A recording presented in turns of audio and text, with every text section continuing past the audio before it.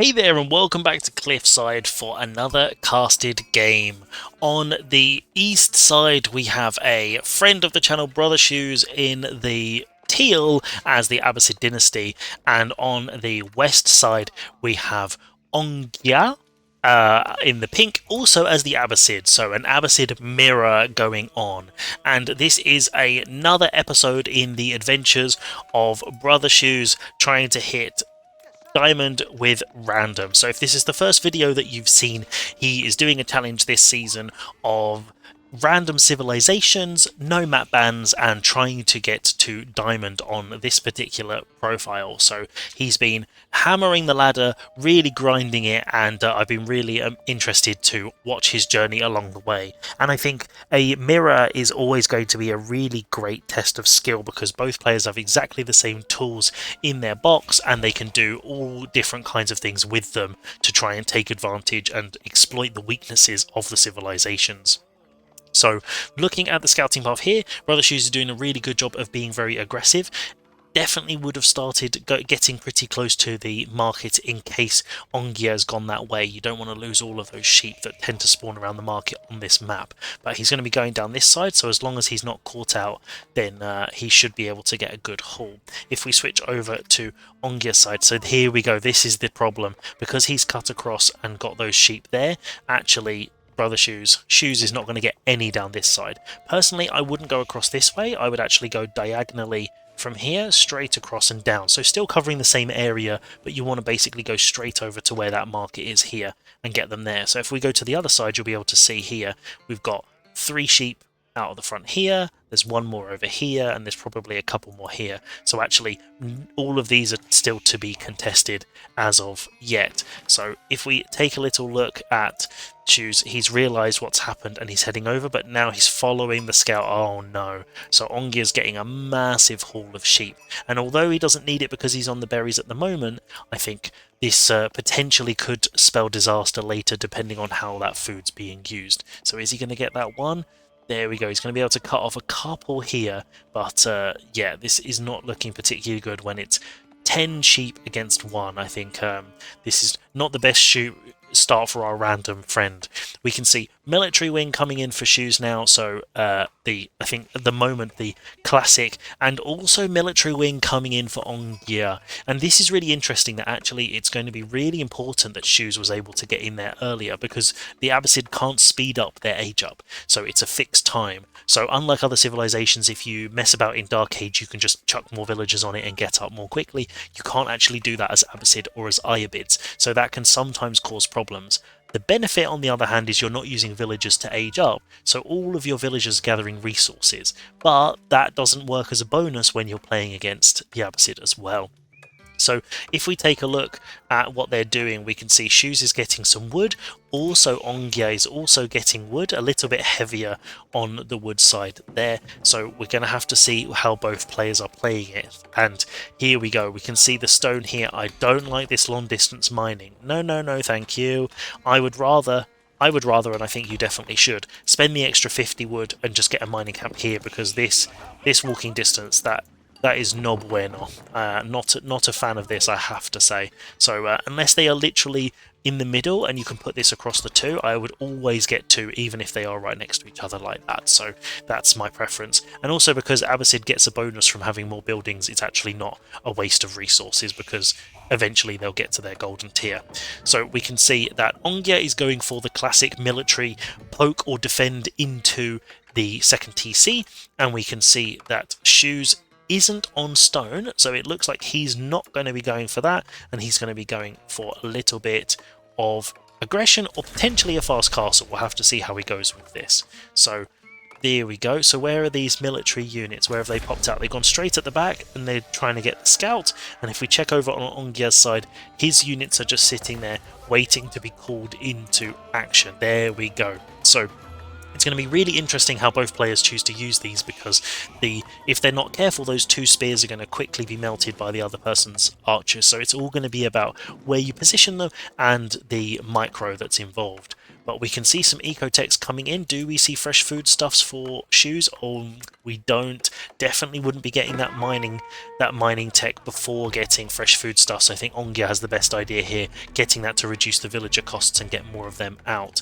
So we can see that there's a couple of production buildings going down now, so we're looking like we're seeing a bit of a feudal push here from shoes, and very heavy on the wood as well. But definitely want to be getting that fresh foodstuffs next time, mate. And also horticulture and wheelbarrow, I would say, are probably better value than the mining camp upgrade, because you only have 3 on there. You're not getting the best value. But we can see the military units pushing across, and are we going to see a little face-off in the centre? 2 on 2 on 2? Come on, guys. Are we going to see it? Are we going to see it? There we go. So now the archers want to be targeting those spears if they are going to take that engagement, but they all decided to pull back. Just a little wave to say hello and back to business as usual. So Ongia has also got some production now, so we can see that he's actually trying to make some units and be a little bit aggressive before he gets that TC up, because he's still got to get another 50 stone there.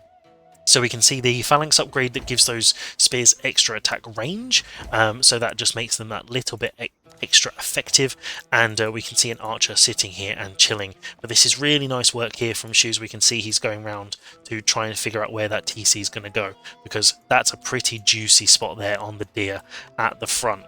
Alternatively, it could just be dropped straight on this gold here to block that off. We're going to have to wait and see where he decides to go. But we hopefully, yep, straight on the gold. Nothing too special there, just pretty safe, pretty close, and difficult to push off, and pulling all of those wood villagers to get that TC up as quickly as possible. So if we take a look over now, the units are starting to come out a little bit more for Shoes now, and we can see that he's trying to get a little bit of pressure on these. Is he going to be able to... Oh, okay, nicely done here. So the spears are actually pushing them off, and even delaying this TC for this amount of time is actually going to be great value for Shoes. We can see some walls coming up across the front over here to try and block them in. Whether they're constructed or not, we will see in a second. But there we go. Ongia's coming now to defend, and that spear is not going to last very long. So he better pull those back before these units are taken out, because the numbers look in Shoe's favour, but all of his numbers are sitting in his base and just now moving over, so you want to be making sure you're keeping those all together. But that was a great delay on that TC, which means it's only just going up now at 7 minutes. So we want to be seeing this push now, because if this TC is allowed to pump, that eco is going to go, and looking at the split, it looks like he might be trying to go up towards the castle age. So if we see here, we're taking a little bit of an engagement, and this is not going to go well for Shoes. I think looking at these numbers, those archers are just going to be able to get rid of everything that he has there. So being caught out on the map here, but instead of that, we can see here that now a little counter raid going on, and some of these villagers going down as the units in the top corner are actually distracting. And this actually has worked out really well in Shoes' favour, because he's dragged the whole army up to the top, and so being able to do a huge amount of damage to the eco there. So 4 villagers down, and now Shoes still has the lead, even though he's on 2 TC. So as long as he can keep doing damage, that's going to be really, really good. So golden tier activated for Ongia. I think that's the right one. I don't know who's golden age, but these spears being a bit aggressive under the TC fire. Don't do it. Don't do it. If you'd want to see these villagers popping in, and that would get rid of all of these units very, very quickly. So this actually, if you see the villagers under the military under the TC, you definitely want to be popping your villagers in. Just to, there we go, just like that. Scouts down, and all those other units are going to take a lot of damage there. So, and the second TC is already starting to pump and make up the difference. Both players have added in stables, so we're going to see some horsemen, and now the military has circled its way around and is starting to try and do some damage in Shoe's base. But looking at the positioning, this is not really the best place to hit. If he'd have just gone just a little bit further down, he'd have got these guys on berries that are really exposed. No walls coming out for Shoes as of yet, but he's still pushing on the front here, not noticing this little short wall that's gone up and blocked him on that side. So now no circling around this base at all, and going back under that TC fire again, very, very aggressively. So you don't want to be getting caught under there, because all of this value that you've got here is going to be wasted. We can see that the golden stuff is starting to mass up for Ongya now, so whether he's going to drop a blacksmith and try and get some of those eco techs, or he's just going straight up to castle. Looking at the upgrades, we still don't have fresh food stuff. Come on, Shoes, get your food stuffs, get your cheaper villagers. You know you've only got 1 TC, but 35% off anything is better than nothing. But the military numbers starting to mass up here, and these horses, I'd love to see them coming out and doing a little bit of raiding, but I think the pressure early on has really forced Ongya to stay in his base. He's not on any external resources, so at the moment this map is all for Shoes, and he's moving here now away safe under the 2nd TC. So this is a really clever move here from Ongya, moving out of this space where he keeps getting pushed because Shoes is still targeting that same position. So now if he runs in there, he's just going to take a ton of damage. The horsemen going in for the archers, so are the archers going to go down? And they're not jumping in the TC, I thought they would, and those villagers there, so there's more villagers than could jump in, but are they going to be able to do any damage before the TC takes them out? I'm not so sure. That spearman is going to go down, and so now another couple of units lost here, but on the backside we can see some more damage being done on this TC, and because he doesn't notice, the 2nd TC doesn't get the automatic fire, so he's been able to do a nice little bit of damage and idling up these gold villagers. So now as this TC prints the villagers, these archers are going to be able to take them out straight away. So this is going to be fantastic value until Ongya realizes. Looking at it, he still doesn't have the food to age up, and he's gone heavily onto it, so he's really trying to get up as quickly as possible. He should definitely be on these deer, because they are basically protected. A little short wall here to stop those units getting round, but there we go. So he's going to be going out onto that as well. We can see he's about to use up all of those sheep, and he's very lucky he got such a good haul. But now the military coming over here to try and take them out on that side, and we definitely don't want to be losing these little pockets, splitting up the military like this and diving into the wood line, getting some kills. But is it going to be worth it if the military numbers swing the other way? We'll just have to wait and see. But all of this idle time is definitely amazing value for Shoes, and just doing as much damage as he possibly can. And in the background he's gone for the culture wing, and finally fresh foodstuffs. You did it, Shoes, you did it, we've got fresh foodstuffs. So culture wing coming in, which is going to reduce the cost of those techs, so this is going to be really nice. You often see with the military when opening going into eco, because then you get the reduced cost of farms, but this is also going to work nicely. And we've got some towers going up to block Ongya in his base now, so this is really nice, taking that map control and a couple of these towers going up. So taking a look at the bases while the fighting has died down a little bit, we can see a couple of units being taken out there on the top side, and now Ongya is doing his best to get up to the castle age as quickly as possible. We've got another minute on Shoes going up. We've got boot camp in queue, so that'll come in straight afterwards. That gives you that increased infantry, and if we see a load of archers popped in, we're definitely going to be seeing composite bows, because that makes them fire 33% quicker, which makes even the Delhi Tower of Victory look like nothing. So if we take a look now, we've got some more towers going up on these external resources, blocking off all of these, and then maybe eventually we'll get some stone and be putting some sprinkled emplacements and stuff like that in them. So Ongya has actually got the mass, and he doesn't realise it yet, because I don't think he's scouted the age up. If we take a look at his current vision, he doesn't know it's coming, and he's worried about these units that keep pushing in. So Brothershoe has put the fear of God into him, and now he's being super defensive and defending his villagers. So all of these units aren't doing any damage. The horses really want to be coming around and trying to do some raids, because Shoes is actually on some of these external resources, and he is sort of in little clumps like this. But there we go, culture wing goes out, and I imagine we're going to see this military moving out pretty sharpish now, realizing that Gulams are probably on the way, and as I say that, they pop into queue at the top. So this is now the danger, that he doesn't have anything to deal with that. As I suggested earlier, he's gone for the eco wing, so a slightly different play now into the castle age, and the emplacements coming up and on stone. It's like Shoes and I are reading each other's minds here. So he's moved over onto the stone, so he's going to be able to put emplacements in all of these.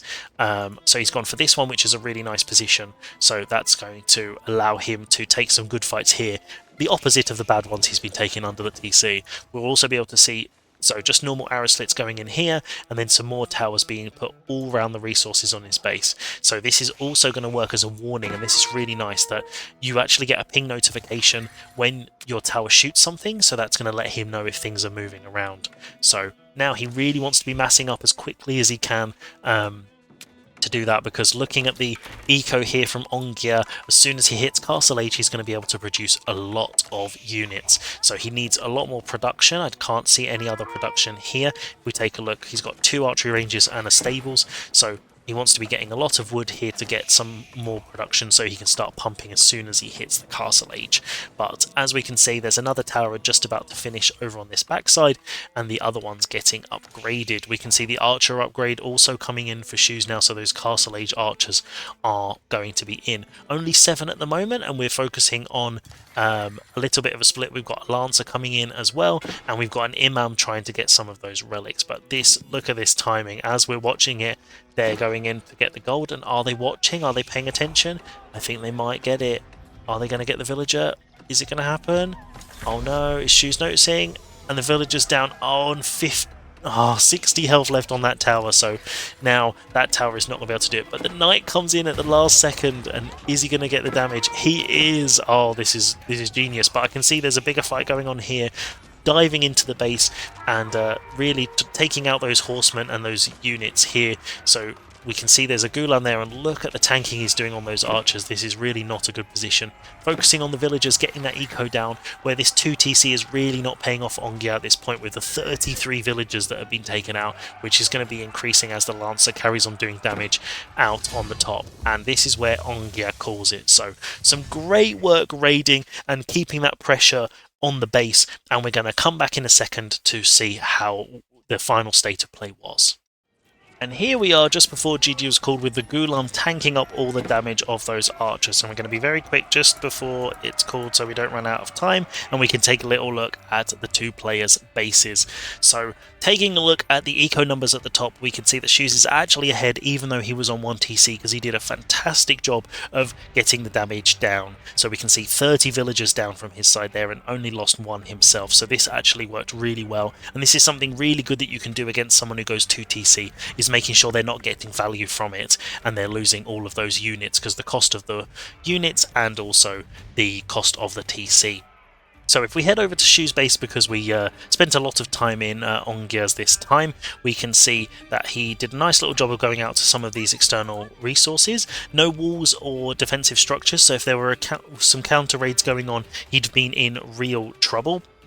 So I'd have loved to have seen like a little wall here to stop them getting to the deer, even just one here and then just straight down across the bottom. A couple of those little short walls would have blocked off this side, and you could also do similar with just a little wall across the front, a bit like Ongia did there. But if we take a look, he's got a decent amount of production, adding in more on going for some siege, and he went for that Castle Age with the culture wing. So if we take a little look, we don't have Preservation of Knowledge yet, which would have reduced those costs of techs, and I did see a couple of techs going in like survival techniques during the age up, so I think if you're going for the culture wing, I'd have definitely waited to get Preservation of Knowledge before getting those upgrades, because they're all going to be cheaper. But generally, I think the composition was really nice, and adding in the Gulams and the Lancers definitely meant that the horseman archers that Ongia had weren't really that effective, as you can see from the Gulam here that's just sitting there taking all that damage and loving life. If we take a look at Ongia's base, I think these little defensive walls that he put in actually were really, really good, and they did force the fight into one specific place. And I would say one thing that Shoes did a lot was running under the TC to do damage. He did a lot of damage, but he did lose a lot of units fighting in this area, in this wood line. So I think being more strategic with how he was approaching that fight definitely would have meant he had even more units at this point in the game. Also, I love to see the Imam in queue. As soon as you hit Castle Age, go and get those relics, go and get that eco. We can see he was trying to tower this, and he didn't manage to do it, but because the big fight was happening, this Lancer has been able to clean up all of these guys on the back line, and about to get 3 more there. So actually, although the tower and the villager there didn't work out for Shoes, it does mean this Lancer is able to clean up, so that raiding has really worked wonders. We can also see that Ongia has a huge amount of food and gold in the bank, but no production. And while he was aging up to castle with this wood, you definitely want to see a couple of archery ranges or a couple of barracks drop down so that he's able to produce more units, because we don't even see any in queue. So that's really helped with this final fight, that there's just less military on the field and there's a lot more eco in the bank. So both players have done well getting their eco techs. The one thing I would be saying is Shoes get your fresh foodstuffs, mate. That's going to really help early on, and it's going to reduce the cost of all of those villagers that you've got pumping. But I love the fact that he was going for the upgrades to the towers, getting those springalds, so that if they pushed out, they were able to do damage and take a better fight in a better position. So really nice thing, and I think the little poking that Shoes did all the way through there really put Ongia in a defensive position, even when militarily he was ahead of the game, and that's where scouting really comes into play, because we can see a little pink dot over here. What's this? Oh, a mill that never got built. Okay. But a little bit of scouting here would have shown that actually he didn't have the military, and pulling his horses around and being able to start raiding on the backside of Shoes base really could have turned the tides during that game. But I think some fantastic action, some great raiding going on, and I always love to see a mirror to see how players decide to approach this with the different wings and the different age ups. But if we go in now to watch the fight as it's going to end, and we're going to wish Shoes luck in his adventure to hit Diamond this season, and I want you all to pray for him so we can see that Diamond badge on his profile soon. But I hope you're enjoying whatever you're going to do today, and I'll see you next time for some more exciting battles and fun.